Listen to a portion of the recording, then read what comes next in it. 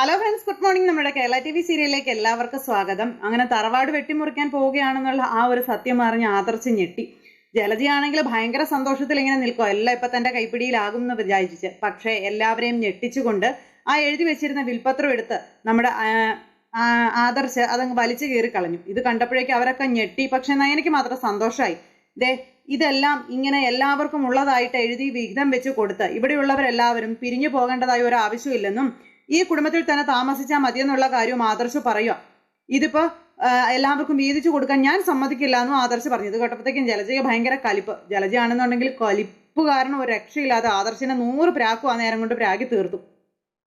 എന്നും പറഞ്ഞുകൊണ്ടായി നവ്യ.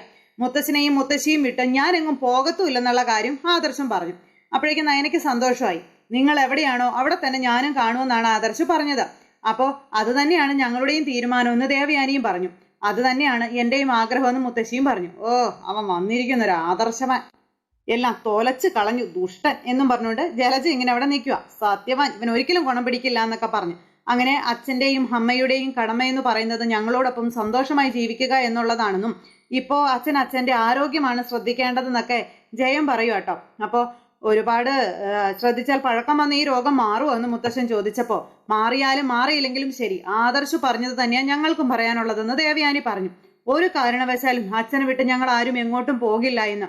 അതിനോട് ഞാൻ യോജിക്കുമ്പോഴും എല്ലാവരോടുമായി എനിക്കൊരു കാര്യം പറയാനുണ്ടെന്നുള്ള കാര്യം മുത്തശ്ശി പറയൂ കേട്ടോ. വീട്ടിനകത്ത് ഇപ്പോ നല്ല പൊട്ടലും ചീറ്റലും ഒക്കെ നടക്കുന്നുണ്ട്. അത് അവസാനിപ്പിക്കണമെന്ന് മുത്തശ്ശി പറയണു. പരസ്പര ധാരണയില്ലാതെ എല്ലാവരും പോകുന്നത് കൊണ്ടാ ഇദ്ദേഹം ഇങ്ങനെയൊക്കെ ഒരു തീരുമാനം എടുത്തതെന്നാണ് എൻ്റെ വിശ്വാസം എന്നുള്ള കാര്യങ്ങൾ അന്നേരത്തേക്ക് മുത്തശ്ശി പറഞ്ഞു. ഓ, എങ്ങനെയെങ്കിലും ആൾക്കാരെ തളയ്ക്കുന്ന ഈ വീട്ടിൽ നിന്ന് രക്ഷപ്പെടാമെന്ന് വിചാരിച്ചപ്പം ഓരോരുത്തൻ അതിന് സമ്മതിക്കുന്നില്ലല്ലോ എന്ന് നവ്യ മനസ്സിൽ അവിടെ നിന്ന് ഇങ്ങനെ പറയണം. അപ്പൊ അങ്ങനെ നിൽക്കുമ്പോൾ ചിലർക്ക് വേദനിക്കുന്നത് ദൈവങ്ങൾക്ക് പോലും ഇഷ്ടമല്ലെന്നും തറവാടിനകത്ത് നല്ല പുകച്ചിലുണ്ട്, അത് മാറ്റിയേ പറ്റുള്ളൂ, ഇല്ലെങ്കിൽ ഈ കുടുംബത്തിൽ ഒരു ഐശ്വര്യം ഉണ്ടാകില്ല എന്നൊക്കെ പറഞ്ഞു. ഈ കിളവനും കിളവിയും കൂടി എൻ്റെ മക്കളുടെയും ഭാവി തകർക്കുമല്ലോ. അതിൽ എൻ്റെ മക്കളുടെയും ഭാഗം എന്താ എഴുതി വെച്ചിരിക്കുന്നതെന്ന് അറിയാൻ പറ്റിയില്ലല്ലോ എന്നൊക്കെ ജലജ ഇങ്ങനെ മനസ്സിൽ ചിന്തിക്കുക. അത് അറിഞ്ഞിരുന്നെങ്കിലേ ഒരു സമാധാനം കിട്ടിയേനെ എന്നൊക്കെ ഇങ്ങനെ ചിന്തിക്കുമ്പോൾ തറവാട് വെട്ടിമുറിച്ചാലും അല്ലെങ്കിൽ എവിടേക്ക് മാറി താമസിക്കേണ്ടി വന്നാലും നിന്റെ വളർച്ച നീ ചിന്തിക്കുന്നതിനും അപ്പുറമായിരിക്കും. അത് നീ ചിന്തിക്കണം. കൂടെയുള്ളവൾ അത്രയും നല്ലതാണെന്നൊക്കെ പറഞ്ഞുകൊണ്ട് ഇങ്ങനെ പറയൂ കേട്ടോ നമ്മുടെ മുത്തച്ഛൻ.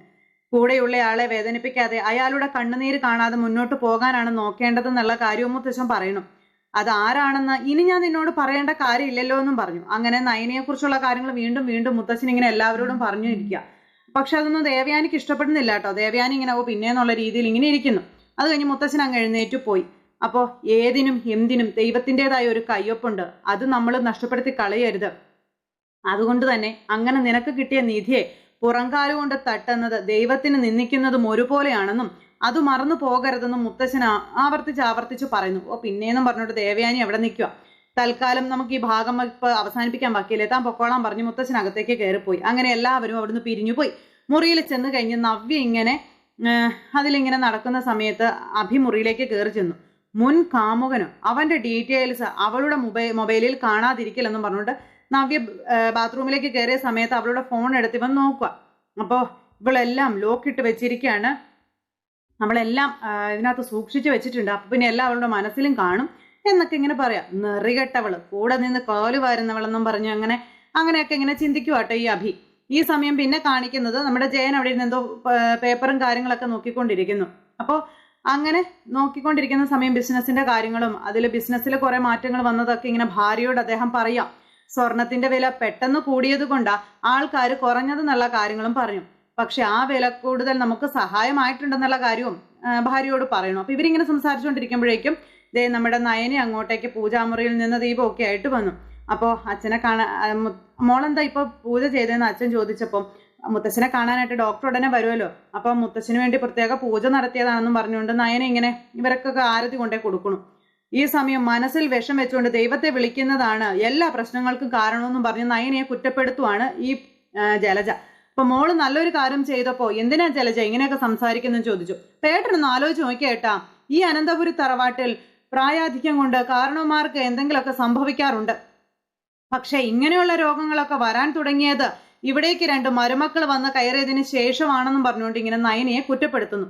എന്താ മരുമക്കൾ ഇങ്ങോട്ട് വന്നത് രോഗം കൊണ്ടാണെന്ന് ജയൻ ചോദിച്ചു. രോഗം ഉണ്ടാക്കുന്ന ചില വൈറസുകളെക്കാളും അപകടം നിറയ്ക്കുന്ന ആൾക്കാരുണ്ട് നമുക്കിടയിൽ, അവര് കാരണമാണ് ഇപ്പൊ ഇങ്ങനെയൊക്കെ സംഭവിക്കുന്നതെന്ന് പറഞ്ഞപ്പം ഇത് തന്നെയാണ് നിന്റെ കുഴപ്പമെന്നും പറഞ്ഞുകൊണ്ട് ജയൻ ജലജയെ അവിടെ അടിച്ചിരുത്താനായിട്ട് ശ്രമിക്കുന്നു. നിന്റെ കുറവുകളും നിന്റെ മകന്റെ കുറവുകളും നീ തിരിച്ചറിഞ്ഞിരുന്നെങ്കിലേ നിന്റെ സ്വഭാവം നേരത്തെ മാറിയാനേന്ന് പറഞ്ഞു. എന്തു പറഞ്ഞാലും എനിക്കും എൻ്റെ മക്കൾക്കും മാത്രം കുറ്റം എന്നും പറഞ്ഞ് ജയനോട് ഇങ്ങനെ നമ്മുടെ ജലജ പറയുമ്പോൾ അത് കുറ്റമല്ല, അത് സത്യമാണെന്ന് ജയൻ പറഞ്ഞു. അപ്പോഴേക്കും അച്ഛനും അതുപോലെ അമ്മയും കൂടി അങ്ങോട്ടേക്ക് വന്നു, മുത്തച്ഛനും മുത്തശ്ശിയും. അവർ വന്ന് ഇങ്ങനെ ആരതിയൊക്കെ മേടിച്ച് അങ്ങനെയൊക്കെ നിൽക്കുക കേട്ടോ, തൊഴുത് അങ്ങനെ നിൽക്കുന്നു. എന്നിട്ട് അവിടെ ഇങ്ങനെ ഇരിക്കുമ്പോൾ നമ്മുടെ ഡോക്ടർ അങ്ങോട്ടേക്ക് കയറി വരുന്നു. ഡോക്ടർ വന്നപ്പോഴേക്കും നയന അകത്തേക്ക് കയറിപ്പോയി. അപ്പോൾ ഡോക്ടർ കയറി വന്നതും ഡോക്ടർ വലിയ കാര്യമായിട്ട് എല്ലാവരും സ്വീകരിക്കുകയാണ്. അപ്പോൾ നേരത്തെ എന്നോട് ഇതൊക്കെ പറയണ്ടായിരുന്നു, അതും ഇങ്ങനെ ഒരു സിറ്റുവേഷനിൽ എന്തിനാ മറച്ചു വെച്ചതെന്നൊക്കെ ഡോക്ടർ ചോദിക്കുക കേട്ടോ. അത് കഴിഞ്ഞാൽ റിപ്പോർട്ട് ഡോക്ടറുടെ കൈകളിലേക്ക് കൊടുത്തു നമ്മുടെ ജയൻ. ഡോക്ടർ അതൊക്കെ വായിച്ചു നോക്കുക. അപ്പോൾ ഇയാൾ പെട്ടെന്ന് തട്ടിപ്പോകുന്നു, ഡോക്ടർ പറഞ്ഞാൽ മതിയായിരുന്നു എന്ന് അവിടെ നിന്ന് ജലജ മനസ്സുകൊണ്ട് ചിന്തിക്കുക. അപ്പോൾ അമ്മ ഇങ്ങനെ ഡോക്ടറോട് ചോദിച്ചു എന്താണെന്ന്. അപ്പോൾ ജലജ അത് മനസ്സിൽ പറഞ്ഞിട്ട് അമ്മ പേടിക്കണ്ട, ഒന്നും സംഭവിക്കില്ല അമ്മേ എന്നും പറഞ്ഞുകൊണ്ട് സമാധാനിപ്പിക്കുന്നു. രാജാവിനെ പോലെ ഈ ഭരിക്കുന്ന ഇങ്ങനെ പോയാൽ തന്നെ ഇവിടുത്തെ ചിട്ടയും നിയമങ്ങളും എല്ലാം ഒന്ന് അവസാനിച്ചേനെ എന്ന് നവ്യ അവിടെ നിന്ന് ഇങ്ങനെ ചിന്തിക്കുന്നു. ഏത് രോഗത്തിനും പഴക്കം ചെന്നാൽ അതിൻ്റെതായ കുഴപ്പങ്ങളുണ്ടാകുമെന്ന് ഈ ഡോക്ടർ അന്നേരം പറയാം. അല്ലാതെ ക്യാൻസർ എന്ന് പറഞ്ഞാൽ ഇന്നത്തെ കാലത്ത് അത്ര വലിയ രോഗമൊന്നും അല്ലാന്നും ആ ഡോക്ടർ പറയണം. അത് ട്രീറ്റ്മെന്റ് വഴി മാറ്റിയ പലരും നമ്മുടെ മുന്നിലുണ്ട്. ഇവിടെ ഇതിനേക്കാളും ക്രിട്ടിക്കലായ സ്റ്റേജുകളിൽ ഉണ്ടായിരുന്നവര് ഇങ്ങനെ ചികിത്സയിലൂടെ ഭേദമാക്കിയിട്ടുണ്ട്. അതുകൊണ്ട് 100% ഗ്യാരണ്ടി ഞാൻ തരുവാണ്. കുറച്ച് മാസങ്ങൾ കഴിയുമ്പോൾ ക്യാൻസർ കോശങ്ങൾ സാറിന്റെ ശരീരത്തിൽ ഉണ്ടാകില്ല സംസാരിക്കുന്നു. ഇത് ഞാൻ നിങ്ങളെ സമാധാനിപ്പിക്കാൻ വേണ്ടി പറയുന്നതല്ല, പൂർണ്ണ വിശ്രമമാണ് ഇപ്പൊ നിങ്ങൾക്ക് ആവശ്യം, വേണ്ടുന്ന കാര്യങ്ങളെല്ലാം ചെയ്യണമെന്ന് പറഞ്ഞു. അങ്ങനെ ഡോക്ടർ കാര്യങ്ങളെല്ലാം പറഞ്ഞ് അദ്ദേഹത്തിനെ സമാധാനിപ്പിക്കുവാണ്. അതിനുശേഷം മക്കൾക്ക് എല്ലാവർക്കും ഭയങ്കര ടെൻഷനാണ്, കാര്യങ്ങളാണ് എന്നൊക്കെ ഇങ്ങനെ പറയുമ്പോൾ മക്കൾ ആരും എന്നെ ടെൻഷൻ അടിക്കണ്ട, എന്തായാലും ഞാൻ ഇവിടെ നിൽക്കുമ്പോൾ ഒരു 100 ആയുസ് വരെ അല്ലെങ്കിൽ ഒരു 100 വർഷം വരെ ഒരു 100 വയസ്സ് വരെ ജീവിച്ചതിന് ശേഷമേ കാലുപുരിക്ക് അല്ലെങ്കിൽ കാലിന് സഹറിനെ തൊടാൻ പറ്റുമെന്നൊക്കെ പറഞ്ഞു. അപ്പൊ ഇദ്ദേഹം വന്നി നല്ല വിശ്രമം വേണമെന്നല്ലേ പറഞ്ഞെന്ന് പറഞ്ഞുകൊണ്ട് മുത്തശ്ശി അകത്തേക്ക് കയറിപ്പോയി. ആ സാഹചര്യത്തിൽ അദ്ദേഹം ഇവരോട് എല്ലാവരോടും മുത്തശ്ശനെ കെയർ ചെയ്യേണ്ട കാര്യങ്ങൾ, മുത്തശ്ശന്റെ മനസ്സിന് സമാധാനം ഉണ്ടാക്കേണ്ട കാര്യങ്ങൾ ഇതെല്ലാം പറയുക. അപ്പൊ അതൊക്കെ കേട്ടപ്പോൾ എല്ലാവരും ഇങ്ങനെ നോക്കുന്നു, അദ്ദേഹത്തിന് ടെൻഷൻ ഉണ്ടാകരുതെന്നൊക്കെ പറഞ്ഞു. അങ്ങനെ എല്ലാ കാര്യങ്ങളും പറഞ്ഞ് ഇദ്ദേഹം വേണ്ടുന്ന കാര്യങ്ങളെല്ലാം എല്ലാവർക്കും ഉപദേശങ്ങളായി കൊടുത്ത് അവിടെ നിന്ന് അങ്ങ് പോണു. ഡോക്ടർ അങ്ങ് പോയി കഴിഞ്ഞപ്പോഴേക്കും എല്ലാവർക്കും സന്തോഷമായി. ദുഷ്ടക്കൂട്ടങ്ങൾക്ക് സന്തോഷമായില്ല കേട്ടോ. ദേ ഇപ്പൊ എങ്ങനെ ഇരിക്കുന്നു കാര്യങ്ങൾ, നീ ഇപ്പൊ ഇവിടെ നിന്ന് പറഞ്ഞില്ലേ മോള് പ്രാർത്ഥിച്ചത് കൊണ്ടാ ഇത്തരം രോഗങ്ങളൊക്കെ വരുന്നതെന്ന് പറഞ്ഞ് ജലജയോട് ജയൻ അന്നേരം പറയാം.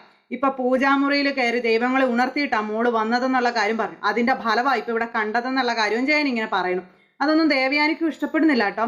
നീ ഒരു പക്ഷെ പൂജാമുറിയിൽ കയറിയതെങ്കിൽ ഫലം അത് മറിച്ചായെന്ന് പറഞ്ഞ് ജയനും അകത്തേക്ക് കയറിപ്പോയി. അങ്ങനെ ഇവരെല്ലാം കൂടെ കയറിപ്പോയി കഴിഞ്ഞപ്പോഴേക്കും ജലജ ഇങ്ങനെ പല്ലു ഉറുമി നിൽക്കുക. അപ്പൊ ഡോക്ടർ എന്നെ ആശ്വസിപ്പിച്ചു, അതിനെ രോഗിക്ക് കോൺഫിഡൻസ് കൂട്ടാൻ വേണ്ടി പറഞ്ഞതാണെന്ന് അറിയില്ലെന്ന് പറഞ്ഞ് മുത്തശ്ശനും മുത്തശ്ശി റൂമിലിരുന്ന് ഇങ്ങനെ സംസാരിക്കുന്നു. പക്ഷേ ദേവയാനി അന്നേരം അങ്ങോട്ടേക്ക് വന്നു. എന്തൊക്കെയാണെങ്കിലും ഈ വീട്ടിൽ സ്വസ്ഥത കിട്ടാതെ എൻ്റെ മനസ്സിന് സ്വസ്ഥത ഉണ്ടാവില്ല എന്ന് പറയുമ്പോൾ കാര്യങ്ങളെല്ലാം നമ്മൾ ആഗ്രഹിക്കുന്നത് പോലെ തന്നെ നടത്തണം എന്നൊക്കെ ഇങ്ങനെ പറയുവാണ് നമ്മുടെ മുത്തശ്ശി. കാരണം മുത്തശ്ശനെ റെഡിയാക്കി എടുക്കാൻ വേണ്ടിയിട്ട് ഇനി ഒന്നിനും താമസം വെക്കരുത് മോളെ എന്നൊക്കെ പറഞ്ഞു. അപ്പൊ അത് തന്നെ അമ്മ എൻ്റെ അഭിപ്രായം. ഇവിടെ അല്പമെങ്കിലും പിന്തിരിഞ്ഞു നിൽക്കുന്നത് അനിയാണെന്നും അനിയുടെ കല്യാണത്തെ പറ്റിയുള്ള കാര്യങ്ങളൊക്കെ ഇവരിങ്ങനെ സംസാരിക്കുന്നു. അങ്ങനെ അനാമിക നല്ല കുട്ടിയാണ്, അങ്ങനെ അനാമികയെക്കുറിച്ചും പറയുന്നു. നാളെ തന്നെ കല്യാണം നടത്തണം, ഇതൊക്കെ മുത്തശ്ശി ഇങ്ങനെ പറയണം. അങ്ങനെ ഇതെല്ലാം സംസാരിച്ച് ആ ഒരു ഇതെല്ലാം കൂടി ഇവരിങ്ങനെ ഓക്കെ ആവുകയാണ്. കല്യാണത്തിന് അവൻ ഇൻട്രസ്റ്റ് കാണിക്കുന്നില്ല, പിന്നെ ഞാൻ അവനോട് കാര്യങ്ങൾ പറഞ്ഞ് സംസാരിച്ചോളാം, ഇതൊക്കെ പറഞ്ഞ് ദേവയാനിയും കാര്യങ്ങളെല്ലാം ഏറ്റെടുത്ത് അവിടെ നിന്ന് അങ്ങോട്ടേക്ക് പോകണം. ഇത് കഴിഞ്ഞതിന് ശേഷം പിന്നീട് മുത്തശ്ശനും മുത്തശ്ശിയും കൂടെ അവിടെ ഇരുന്ന് ദേവയാനിയെ പറ്റി സംസാരിക്കുക. അപ്പൊ ദേവയാനിക്ക് ഇപ്പോൾ ഒരു കുഴപ്പമില്ല എന്ന് പറഞ്ഞപ്പോൾ അത് തന്നെയാണ് ഞാനും പറഞ്ഞത്. കയറി വന്ന നാൾ മുതൽ ദേവയാനി ഒരു മരുമകളുടെ കടമ മനസ്സിലാക്കി തന്നെയാണ് ജീവിക്കുന്നത്. പക്ഷേ സ്നേഹിക്കേണ്ട ഒരാളെ മനസ്സിൽ നിന്ന് പടിയിറക്കി വിട്ടു, അതിലേ ഉള്ളൂ എനിക്ക് അഭിപ്രായ വ്യത്യാസം അവളോട് എന്നിങ്ങനെ മുത്തശ്ശൻ പറയണം. ഇവിടെ അനിയ ആദർശിനെ പോലെ തന്നെയാണ് സ്നേഹിക്കുന്നത്, അവിടെ വേർതിരിവോ കാര്യങ്ങളോ ഒന്നുമില്ല. നമ്മുടെ കൊച്ചുമക്കളിൽ ഏറ്റവും മോശ സ്വഭാവമുള്ള അഭിയോട് പോലും അവൾ അത്ര നീരസമൊന്നും കാണിക്കാറില്ല, പിന്നെ എന്തിനാവാ മോളോട് ഇങ്ങനെ കാണിക്കുന്നത് ഇതൊക്കെ ചോദിച്ചു. അപ്പൊ ഇദ്ദേഹം ഇനി ആവശ്യമില്ലാത്ത കാര്യങ്ങളൊന്നും ചിന്തിക്കേണ്ടെന്നൊക്കെ പറഞ്ഞുകൊണ്ട് മുത്തശ്ശി ഇങ്ങനെ മുത്തശ്ശനെ സമാധാനിപ്പിക്കുന്നു. അങ്ങനെ ആ ഒരു ഇതെല്ലാം ഇങ്ങനെ സംസാരിച്ചു കഴിഞ്ഞപ്പോഴേക്കും പിന്നെ കാണിക്കുന്ന അനിയാട്ടോ. അനി ഇങ്ങനെ ഇരിക്കുമ്പോൾ ദേവയാനിയും ആദർശും കൂടെ വന്നു. എന്നിട്ട് മുത്തശ്ശന്റെ കാര്യങ്ങൾ സംസാരിച്ചു. അതിനുശേഷം കല്യാണ കാര്യങ്ങളെ പറ്റി പറയണം. അപ്പൊ ഇതെന്താ പെട്ടെന്ന് നിങ്ങൾ ഇങ്ങനെയൊക്കെ പറയുന്നു ചോദിച്ചു. അപ്പോൾ ഇനിയും നമ്മുടെ ജീവിതത്തിൽ അർഹതയില്ലാതെ കയറി വരാൻ ആരെയും അനുവദിക്കരുതെന്നും അങ്ങനെ രണ്ടുപേര് ഈ കുടുംബത്തിൽ കയറി വന്നിട്ടുണ്ട്. എന്നാൽ ഇവിടെ നിന്റെ മുത്തച്ഛനും വല്യച്ഛനും അച്ഛനും എല്ലാവരും കൂടെ പോയാണ് അനാമികയുമായിട്ടുള്ള ബന്ധം ഉറപ്പിച്ചത്. അതുകൊണ്ട് തന്നെ ഈ വിവാഹം എത്രയും പെട്ടെന്ന് നടക്കണം എന്നൊക്കെ പറഞ്ഞു. അപ്പൊ കുറച്ചുകൂടെ താമസം അനി പറഞ്ഞപ്പോൾ നിനക്ക് ഇത്ര വയസ്സാകുന്നു, ഇനി അങ്ങനെ മുന്നോട്ട് പോകാൻ പറ്റില്ല എന്ന് പറഞ്ഞു. അനാമിക എനിക്ക് കുറച്ച് ദിവസത്തെ പരിചയമുള്ളൂ, അവളെ ഞാൻ ശരിക്കും മനസ്സിലാക്കിയിട്ട് പോലും ഇല്ല എന്നൊക്കെ അനി പറഞ്ഞപ്പം, എടാ എല്ലാ പെൺകുട്ടികളെയും മനസ്സിലാക്കിയിട്ടാണോ ആൺകുട്ടികൾ കല്യാണം കഴിക്കുന്നതെന്ന് ചോദിച്ചു ദേവയാനി. എടാ നീ എന്റെ കാര്യം തന്നെ നോക്ക്, ഒരുത്തി ഒളിച്ചോടി പോയത് കൊണ്ടാ പകരം നീ ഇപ്പൊ ഏറ്റവും കൂടുതൽ സ്നേഹിക്കുന്ന നിന്റെ ഏട്ടത്തിയമ്മ എന്റെ ജീവിതത്തിലേക്ക് വന്നതെന്നൊക്കെ പറഞ്ഞുകൊണ്ട് ആദർശ് അവിടെയും നയനയെ കുറ്റപ്പെടുത്തുന്നു. അങ്ങനെ ഇവരിതെല്ലാം പറഞ്ഞുകൊണ്ടിരിക്കുമ്പം നിന്റെ ഏട്ടന്മാരുടെ അവസ്ഥ നിനക്കുണ്ടാകാതിരിക്കാൻ വേണ്ടിയിട്ടാണ് നിന്നോട് പറയുന്നത്. അനാമിക എത്രയും പെട്ടെന്ന് നീ ഇങ്ങോട്ട് കൂട്ടിക്കൊണ്ട് വരണം എന്നുള്ള കാര്യം പറഞ്ഞെന്ന് പറഞ്ഞപ്പോൾ അനാമിക വന്നു കഴിഞ്ഞാൽ ഏട്ടത്തേക്കാളും ഈ വീട് നന്നായി പോകുമെന്ന് എനിക്ക് അഭിപ്രായമൊന്നുമില്ല എന്ന് ദേവയാനിയോട് അനിയ നേരം പറഞ്ഞു. പിന്നെ ഏട്ടത്തിയെ പോലെ നല്ല സ്വഭാവമുള്ളവരെ കിട്ടാനും പാടാണെന്ന് പറഞ്ഞപ്പം അനി അവളെ പുകഴ്ത്താനൊന്നും ഞാൻ നിന്നോട് പറഞ്ഞിട്ടില്ല, നിന്റെ മുത്തശ്ശന്റെയും മുത്തശ്ശിയുടെയും ആഗ്രഹം നടത്തി കൊടുക്കാൻ വേണ്ടിയിട്ടാ. ഇനി ഇതിന്റെ പേരിൽ ഇവിടെ തർക്കത്തിന്റെ ആവശ്യമില്ല എന്ന് പറഞ്ഞ് ഇവർ സംസാരിക്കുന്നു. എന്താടാ നിന്റെ മനസ്സിൽ വേറെ ആരെങ്കിലും ഉണ്ടോ? ഉണ്ടെങ്കിൽ അത് നീ പറയാൻ പറഞ്ഞു ആദർശ് എന്ന് ഞാൻ നിങ്ങളോട് പറഞ്ഞു എന്ന് ചോദിച്ചു അനി. എന്നാൽ പിന്നെ ഞങ്ങൾ പറയുന്നത് അങ്ങ് കേട്ടാ മതി എന്ന് പറഞ്ഞു ആദർശ്. അപ്പോഴേക്കും നമ്മുടെ നയന ഇതെല്ലാം കേട്ട് അവരുടെ പിന്നിൽ വന്നു നിൽക്കുമായിരുന്നു. ഇതെല്ലാം പറഞ്ഞു കഴിഞ്ഞാൽ അവരങ്ങ് പോയി. അപ്പൊ എന്തിനാ തർക്കിക്കുന്നതെന്ന് ചോദിച്ചു. അനാമിക നല്ല പെൺകുട്ടിയല്ലേ എന്ന് നമ്മുടെ നയന വന്ന് ചോദിച്ചപ്പോൾ അനിയൊന്നും മിണ്ടുന്നില്ല.